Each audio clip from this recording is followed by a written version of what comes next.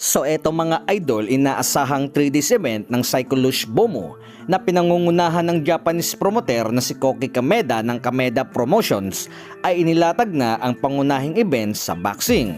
Na ayon sa latest upload nito sa kanilang official YouTube channel na Cyclush Official ay inilabas na ang nagdaang na postpone na laban ni Konosuke Kameda na sa ngayon makakaharap ang Dominican Republic na si undefeated rising star Luis Reynaldo Nunez na ngayong May 24 na magaganap ang laban sa Kyrgyzstan.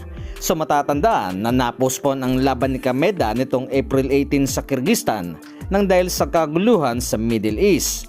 Na makakalaban sana nito ay si Adrian Robledo, subalit napalitan na ito at si Luis Nunez na. So ang tagpo ng dalawang boksingero na ito ay para sa WBA Interim Featherweight title.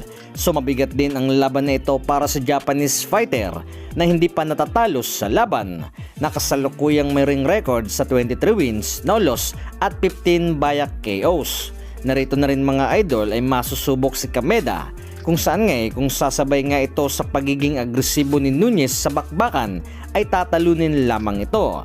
Na isa na rito sa tinuturing na body puncher at may mataas na high ratio knockout. So patungkol naman mga idol sa bakbakan sa pagitan ni angas ng Pinas Janrel Casimero at Mexican bad boy Luis Neri ay kasalukuyan wala pang nailalabas na pahayag dito na ang announcement sa laban ni Konosuke Kameda ay isa ito sa nahanay sa 3 days event ni Koki Kameda sa Kyrgyzstan nitong April 18 na napospon.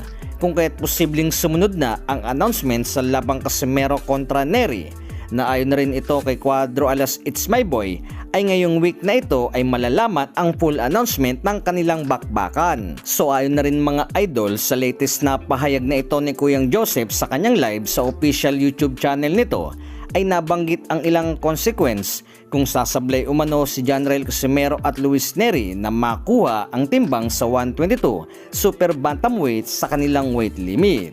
Ay tila magmumulta ito sa kanilang Japanese promotions na ayon kay Kuyang Joseph ay ito raw ay nakalagay sa kontrata na kanilang pinirmahan na kung mag-overweight ang dalawang boxer sa 1 pound, 2 pounds or 3 pounds ay goodbye salary daw. Na malaking araw ang makakaltas sa kanilang talent fee na pwedeng pumalo sa 20 to 40% deduction. Na ang mas mabigat pa ay pwedeng araw ito na makansila ang laban na kung hindi nila makukuha ang weight limit sa 122. Contract. Kung itong dalawa na to ay ma-overweight, 1 pound, 2 pounds, 3 pounds, goodbye salary, talent fee to 20%, 30%, 40% deduction, or it can be So canceled. base na rin sa pahayag na ito ni Kuyang Joseph ay mabigat nga ito mga idol nang dahil sa mawawala ang lahat ng kanilang pinagpaguran para sa paghahanda sa bakbakan na ito na marahil nilagay ito sa kontrata sa labang Casimero versus Neri dahil sa mga may past issue ang dalawang boxer na pagdating sa overweight.